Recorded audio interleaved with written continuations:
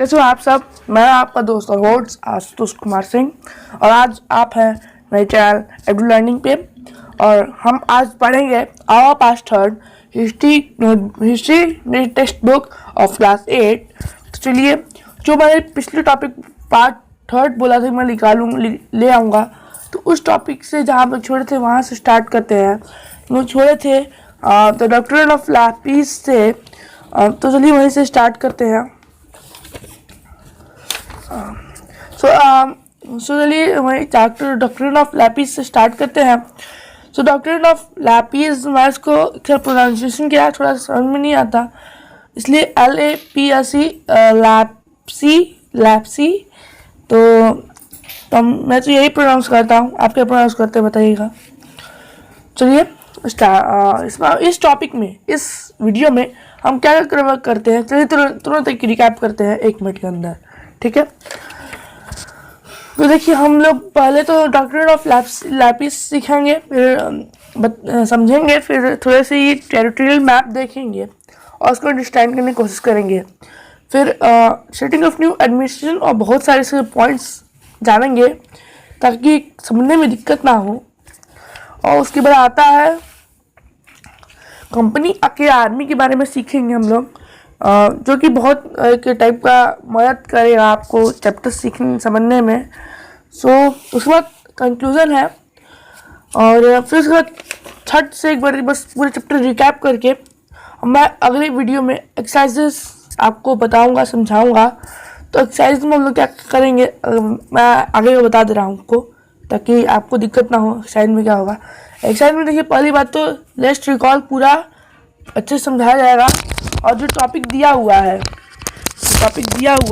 उसको अच्छे से बताया जाएगा, कि उसके बारे में बताया जाएगा जो आज अभी तक आपने पढ़ा है। अगर आप मेरे वीडियो नंबर 1 से बने होंगे तो आप जानते होंगे और अच्छे से समझ भी गए होंगे। तो फिर उसके बाद लेट्स डिस्कस और लेट्स डू दोनों पढ़ेंगे साथ, फिर उसके बाद नेक्स्ट चैप्टर शुरू हो रहा है। तो चलिए पढ़ते हैं डॉक्टर ऑफ लैप्सी। तो देखिए, the final wave of the extension occurred under Lord Dalhousie, who was the Governor General from 1848 to 1856. He devised a policy that came to known as Doctrine of Lapsy. The doctrine declared that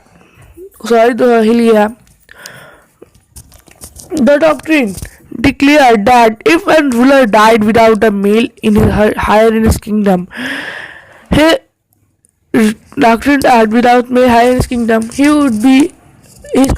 kingdom would be lapse, that is, become the part of the company territory. One kingdom after another was extended simply by applying this doctrine.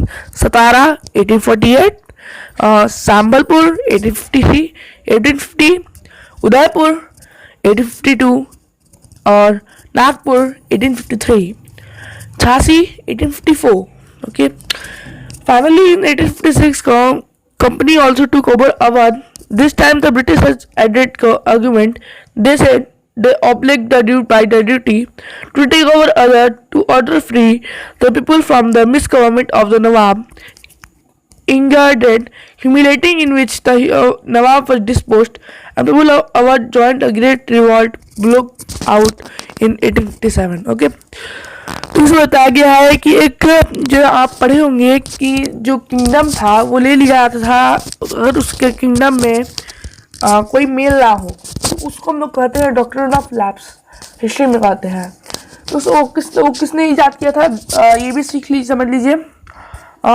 उसको ईजाद करने वाले थे Lord Dalhousie. उनकी picture आप पिछले page में दी हुई है।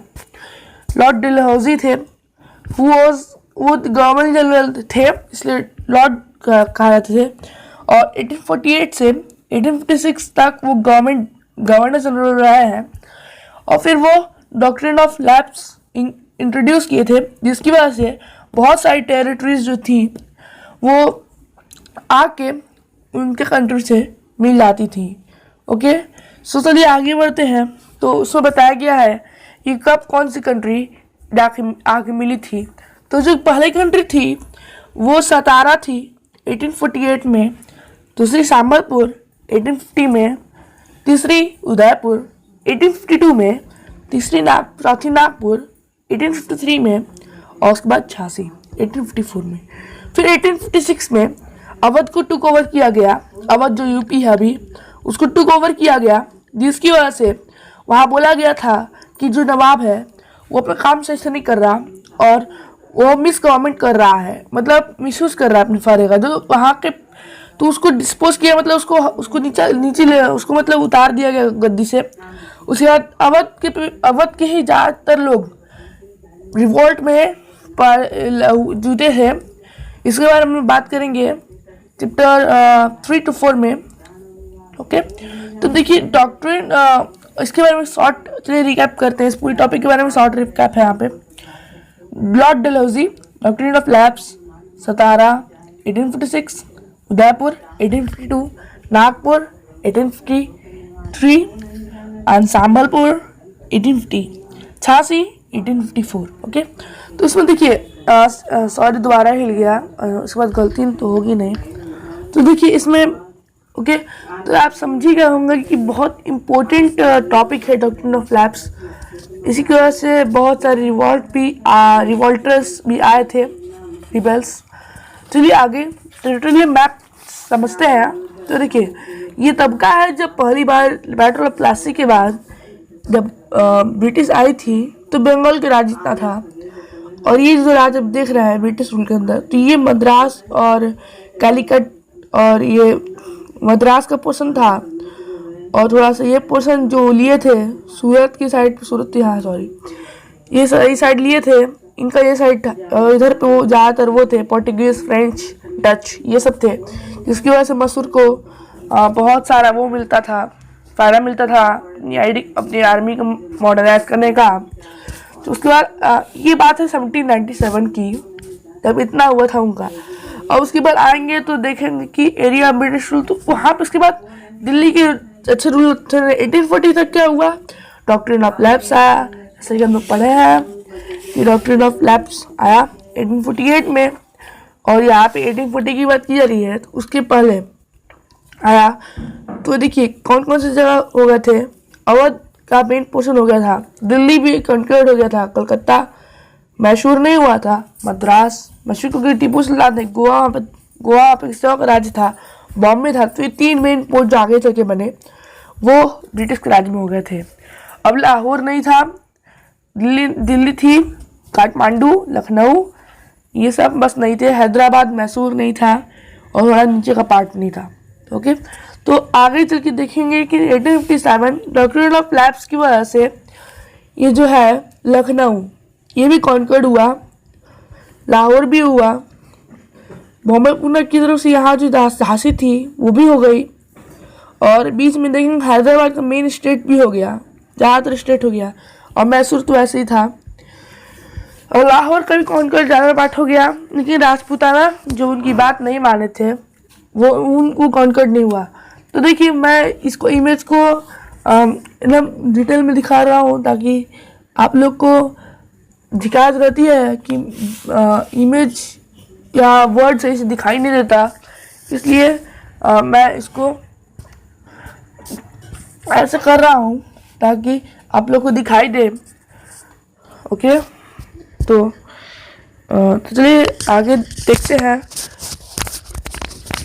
आगे बताया गया है कि setting up new administration, video थोड़ा लंबा जाएगा, माफ़ कीजिएगा, 4 पन्ने आपको लगेगा लेकिन समझाने में टाइम लगता है। ओके, तो Warren Hasting governor general from 1773 to 1785, तो ये लॉर्ड डलहौजी के पहले की बात है। वारेन हेस्टिंग थे जो गवर्नर जनरल हुए थे 1773 से 1785 से तक, was one of the most important figures who played a significant role in the expansion of the company power। तो वो बहुत एक विशेष रोल प्ले किए थे कंपनी को पावर देने के लिए। By the time the company acquired power not only in the Bengal but also Bombay, Madras, जैसे मैं बताया हूँ टेरिटोरियल मैप पढ़ के बताया हूँ, आप समझ ही गए होंगे इससे आधा, तो आधा और समझना है तो आपको पढ़ना पड़ेगा इसको। ऐसा तो है नहीं कि मेरी एक्सप्लेनेशन जान के आप सीधा समझेंगे कि सब हो गया, आपको एक बार पढ़ना पड़ेगा उसको मानने के लिए और अच्छे से। जो जानता होगा हम कैसे तैयारी करें तो वो जानता होगा। ठीक है, तो चलिए अब आगे देखते हैं। Each rule was rule by the governor. तो ये देखिए सही कि तो गवर्नर के द्वारा रूल किया था। और जो इंट्रोड्यूस थे new administrative reform notably sphere of justice. तो देखिए वो नए नए एडमिनिस्ट्रेटिव रिफॉर्म करते थे, जैसे कि स्पेयर ऑफ जस्टिस जो आजकल का लॉज है, जज वाला जो आता था वो इसी से इंस्पायर्ड है। तो देखिए ये जो कोर्ट के बारे में है, तो देखिए in 1772 new system of justice was established. Each district was have two court. हर एक डिस्ट्रिक्ट में 2 कोर्ट होती हैं, होती होंगी, नहीं पता, ये मैं कभी कोर्ट नहीं देखा हूँ। तो देखिए फौजदारी अदालत, सिविल कोर्ट और दीवानी अदालत, मौलवीज दीवानी अदालत। तो एक सिविल कोर्ट को दीवानी अदालत कहते थे और क्रिमिनल कोर्ट को फौजदारी अदालत कहते थे। चलिए तो आगे देखते हैं। मौलवी Hindu pandit interpreted Indian laws for European district collectors who presided over civil courts. Criminal courts were still under qazi and mufti but under the supervision of collector. तो देखिए तो ये जो मेन सिविल कोर्ट होता था दीवानी अदालत, वहाँ पे रहते थे कलेक्टर्स। और फिर देखिए फिर जो क्रिमिनल कोर्ट था फौजदारी अदालत, वो काजी और मुफ्ती के अंदर सुपरविजन के अंदर था, लेकिन तब भी मेन जो था वहाँ पे कलेक्टर ही था। तो इसलिए कुछ आपको वर्ड मीनिंग है जो यहाँ पे दिख रही होगी आपको, तो ये बताता हूँ। गाजी को क्या कहते हैं? जज। मुफ्ती और jurist of a Muslim community responsible for expounding law और गाजी वुड एडमिनिस्ट्रेट। तो मुफ्ती उन्हें कहते हैं जो लॉ जानते हैं, और आजकल के जो वकील होते हैं वो पहले वाले मुफ्ती होते थे, ज्यूरिस्ट। इम्पैचमेंट ट्रायल हाउस, देखिए इम्पैचमेंट उन्हें कहते हैं जहाँ लॉर्ड्स का ट्रायल होता है, लॉर्ड इन इंग्लैंड में ट्रायल होता है और उनको मिस करने के लिए चार्ज किया जाता है। और वो जो हाउस होता है उसे कहते हैं हाउस ऑफ कॉमन्स, वहाँ मतलब कॉमन। देखिए यहाँ में नीचे थोड़ा आपको सही से दिखाने के लिए मैं इसको एक बार बस बड़ा करता हूँ ताकि ध्यान से दिखे आप लोग को। देखिए जुडिशियल सिस्टम लिखा है, फौजदारी और क्रिमिनल, या क्रिमिनल कोर्ट लिखा है, यहाँ पे सिविल कोर्ट लिखा है, फौजदारी दीवानी, मुफ्ती और लिखा है मुफ्ती लिखा है यहाँ पे, और यहाँ कलेक्टर लिखा है, क्योंकि कलेक्टर के द्वारा जो चीज़ गवर्न की जाती थी वो फौजदारी अदालत ही होती थी, और जो बाकी होती थी वो कलेक्टर के द्वारा की जाती थी। चलिए जब आगे पढ़ते हैं तो major problem was the Brahmin pandit to give the interpretation on the local laws. तो देखिए मेन प्रॉब्लम जो होती थी वो थी ब्राह्मण पंडित की। ब्राह्मण भी एक सोसाइटी थी उस समय, और बहुत बड़ी सोसाइटी थी जो अपना भी इंटरप्रिटेशन देती थी, और local laws based on the different school on Dharmashastra. और देखिए लोकल लॉज बताती थी कि यहाँ पे लॉज ये सही रहेंगे, यहाँ पे ये ज़्यादा है तो इससे लॉज रहेंगे। मैं इसके ज़्यादा एक्सप्लेन नहीं करूँगा तो चलिए कर ही देता हूँ। तो देखिए ये वैसी बात है कि कॉन्स्टिट्यूशन तो होता ही था, सिविक्स में आ गया हूँ मैं, तो ये बात सिविक्स में समझाऊंगा। सिविक्स से पहला चैप्टर का वीडियो आएगा तो उसमें आप समझेंगे ये बात, तो ठीक है। तो bring order in uniformity in the 1775 11 pandits were asked to compile a digest Hindu laws. तो देखिए 11 पंडित जो थे मिलकर एक हिंदू लॉ बनाए जिसको भी फॉलो किया गया क्रिमिनल कोर्ट्स में। और देखिए एनबी हेल्ड थे, उन्होंने इसको ट्रांसलेट किया इंग्लिश में। उन्होंने संस्कृत या हिंदी में कोई भी बनाया होगा, मुझे नहीं पता, पंडित संस्कृत में ही होंगे। डाइजेस्ट वो उसको डाइजेस्ट किए, मतलब उसको ट्रांसलेट किए इंग्लिश में। By 1778 a code of Muslim laws was also compiled to benefit European judges। तो एक कोड था मुस्लिम लॉ का जो फिर कंपाइल किया गया हिंदूज के बाद, तो वो बेनिफिट कर रहा था यूरोपियन जज को। Under the regulating of act 1773 और new supreme court was established while the court of appeal सरदार निवाजत अदालत वॉज सेटअप इन कलकत्ता। देखिए एक नया सुप्रीम कोर्ट बनाया गया जो अपील कोर्ट ऑफ अपील, जो कोर्ट ऑफ अपील था सरदार निजामत अदालत वॉज, तो वो भी कलकत्ता में था, लेकिन एक जगह और सुप्रीम कोर्ट बनाया गया। और देखिए सबसे पहले इस इंडिया की सबसे पहले अदालत जो कोर्ट थी वो कलकत्ता की ही है और वो ब्रिटिश जमाने की है। चलिए आगे बढ़ते हैं। The principal figure of Indian district was the collector, as title suggest this main job was to collect revenue and taxes, the maintain laws and other order and darogas. His office collectorate became the new center of power and patronage, steadily replaced the previous holders of authority. तो देखिए इसमें बताया गया है कि Indian district के थे जो कलेक्टर, वो टाइटल सजेस्ट करते थे और उनका मेन जॉब था रिवेन्यू कलेक्ट करना, टैक्सेस और लॉज मेंटेन करना। तो अब देखिए वो अपना काम तो करते थे और फिर देखिए वो किससे हेल्प से करते थे, डिस्ट्रिक्ट जज की हेल्प से, पुलिस ऑफिसर और दरोगास की हेल्प से, दरोगा आज भी होते हैं। His office collectorate become the new centre of power and patronage, that steadily become the centre of power and patronage and steadily replace the people's holder of authority. देखिए तीजो जहाँ पे लोग काम करते थे वो कलेक्टरेट कराता था और वो नया सेंटर बना, पावर का नया सेंटर बना, पैट्रोनेज का नया सेंटर बना स्टेडली, और वो तुरंत पिछले अथॉरिटी को हटाने में कामयाब हो गया। अब आते हैं हम अगले टॉपिक पे जो है कंपनी आर्मी। इसमें कई सारे चीज़ें हैं जो आपको आगे के चैप्टर में से भी और अभी के चैप्टर में से भी सीखने को मिलेंगी। चलिए इसके बारे में थोड़ा सा पढ़ लेते हैं। तो colonial rule in the India brought in some ideas of the administration that reform its power, restrict on its military strength. The Mughal army was mainly composed of cavalry, sawars, trained soldiers on the horseback and infantry. Paidal soldiers were given training into archery, tirandazhi, and they were given training archery and used the sword. The cavalry dominated the army. The Mughal state did not feel need to have a large and professionally trained infantry. The rural areas had a large number of peasants. Local zamindar often supplied Mughal with parallel soldiers. A change occurred in the 18th century when the Mughal states like Awadh, Benares started regarding peasants as their armies, training them as a professional soldiers. East India Company adopted the same method to begin recommending its own army, which he came to know as Sipahi army. From the Indian word Sipahi means the soldier.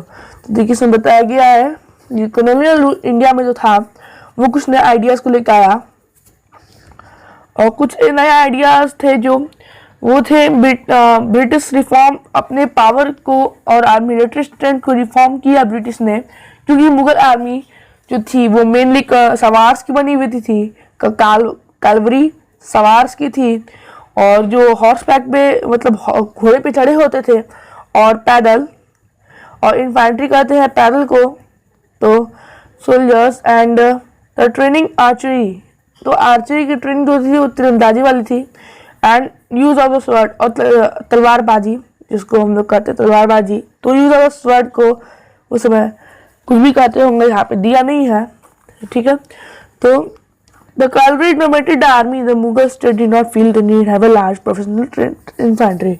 देखिए तो cavalry जो थी सवार्स वो army को बहुत ज़्यादा dominate करती थी और उनको कोई ज़्यादा प्रोफेशनल इन्फेंट्री की जरूरत भी नहीं पड़ती थी।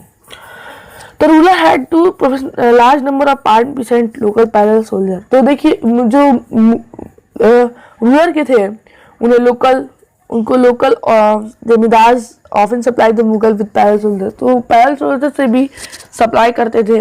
अ change occurred in the 18th century one Mughal successor state. तो देखिए इसमें यहाँ एक चेंज आया जब Mughal states like Awadh, Banaras started cutting peasants into their armies, training with the professional soldiers। देखिए तो अब जब बनारस अवध ये सब जो peasants जो यहाँ के थे किसान, उनको आर्मी में लेने लगी और उनको ट्रेन करने लगी एक प्रोफेशनल सोल्जर की तरह।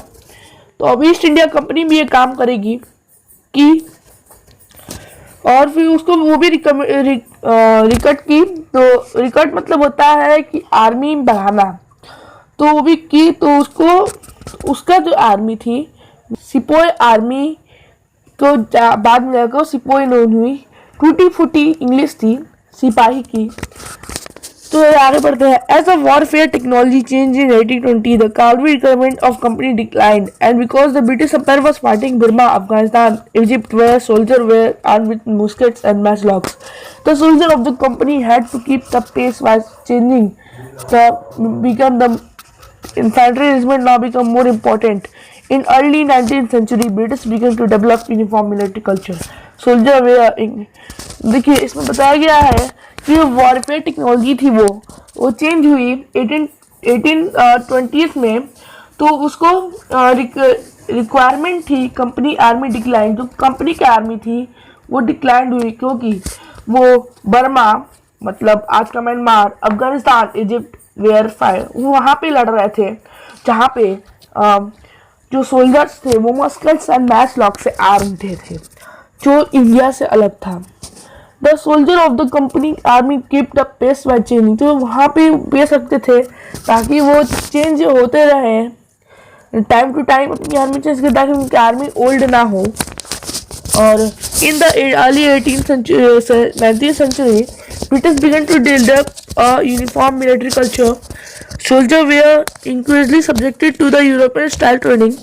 तो अब देखिए जो सोल्जर थे वो यूरोपियन स्टाइल ट्रेनिंग से सब्जेक्ट रखते थे आप, क्योंकि वो बेस्ट उस समय के सोल्जर होते थे और डिसिप्लिन और रेगुलेटेड डे लाइफ फार मोर देन बिफोर। तो अपने लाइफ को और ज़्यादा डिसिप्लिन में रखते थे, पहले से ज़्यादा डिसिप्लिन रखते थे। और often this created a problem since the caste and the community feeling was ignored by in the building force of a professional soldier। तो कास्ट और कम्युनिटी को तो नकार दिया जाता था जब फोर्स बनता था तो उस समय इसको नकारा जाता था, तो ये बहुत बड़ा मेजर प्रॉब्लम बन जाता था आगे के लिए। तो what did सिपाही feel? How did he react to changes in the dignity and as their sense of air? The revolt 1857 give a glimpse of sepoys. You will read about in chapter 5। जैसे मैं बताया था chapter 5 में हम उसके बारे में पढ़ेंगे रिवॉल्ट के बारे में। तो बहुत अच्छी हिस्ट्री है वो। तो ठीक है, जो मेरा फेवरेट भी है वो मेडिबल है, क्योंकि यहाँ पे कई सारे अच्छे आपको जानकारियाँ मिलेंगी जिनकी वजह से आप बहुत कुछ कर सकते हैं। तो देखिए could individuals so easily that give up their caste, religion, feeling, could they see that themselves only as soldier not as a member of communities? तो वो अपने आप को सोल्जर देखते थे, कोई कम्युनिटी के मेंबर भी देखते थे ना कि हम मुस्लिम हिंदू हैं और ये है वो है। तो उनकी डिग्निटी भी हर्ट होती थी। इसकी वजह से जो आपने पढ़ा होगा क्लास 7 से 6 में डिग्निटी के बारे में, पहला चैप्टर में था डिग्निटी। ये पहला चैप्टर पता है लेकिन क्लास कौन सा पता नहीं था। मोस्ट प्रोमिनेंट होगा 6th होगा। तो डिग्निटी का आत्मसम्मान डिग्निटी। तो देखिए एंड तो वो सिपाही में बहुत ज़्यादा दबाव लाई, जिसकी वजह से आपको पढ़ने को मिलेगा चैप्टर नंबर 5 में रिवॉल्ट के बारे में, जिसकी वजह से रिवॉल्ट हुआ था। तो अब इसका कंक्लूजन क्या निकलता है पूरे चैप्टर का जो अभी तक हम पढ़ते आए हैं, उसका कंक्लूजन क्या निकलता है ये हम जानेंगे। तो देखिए मैंने पिछले पन्ने पे थोड़ा भूल गया था, थोड़ा वहीं चलते हैं, एक बार वहाँ से देख के आते हैं। देखिए तो यहाँ पे थोड़ा बड़ा करता हूँ ताकि आपको सही से दिखे। Dharmashastras Sanskrit text prescribe social rules and code behaviour compose from 500 BCE onwards. Dharmashastras जो यहाँ था वो यहाँ पे भी है। तो ये 500 BC से स्टार्ट हुआ था। और जो सवार मेन ऑन हॉर्सेस, सवार train soldier on horse back, तो मेन ऑन हॉर्सेस घोड़े पे जो इंसान रहते थे सवार करते थे। मस्केट जो इजिप्ट में था वो मस्केट करते थे। तो था heavy gun by infantry soldier, infantry soldier के द्वारा ली हुई हैवी गन को मस्केट कहते थे।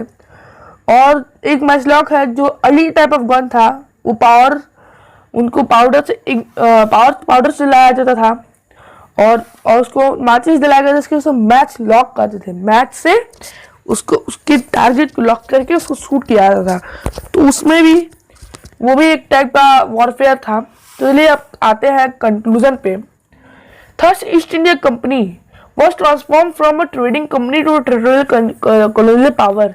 तो यहाँ पे हम लोग सीखे थे पढ़े थे कि एक ट्रेडिंग कंपनी कैसे अपने आप को कॉलोनियल पावर में डिस्क्राइब कर लेती है।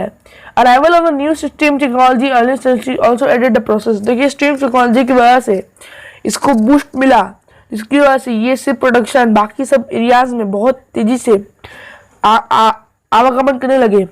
और फिर देखिए between 6 and months travel India sea, जहाँ पहले 12 महीने लगते थे अब वहाँ 6-7 महीने में आप इंग्लैंड से इंडिया आ जा सकते थे। Steam ships reduce the journey times 3 weeks enabling before the families come far of country like India। तो अपनी फैमिली की जब वो इंग्लैंड जाते थे वापस तो उनको आने के लिए केवल 3 से 4 हफ्ते या 3-4 महीने लगते थे। By the 1857 company came to exercise direct rule over 63% of the territory and 73% of the population of India subcontinent combined indirect influence remaining territory the population of the country। East India Company virtually whole India under his control। देखिए 1857 के बाद 1857 तक 63% of land और 78% of population British का control में आ गई थी और बाकी जो थी वो रिवॉल्ट के बाद दोबारा कंट्रोल में आ गई। तो अब ये चैप्टर यहीं पे ख़त्म होता है। अच्छा लगे तो लाइक कीजिएगा, कमेंट बताइएगा कैसा है और नीचे सब्सक्राइब का बटन है उसको जरूर दबाइएगा। Thank you.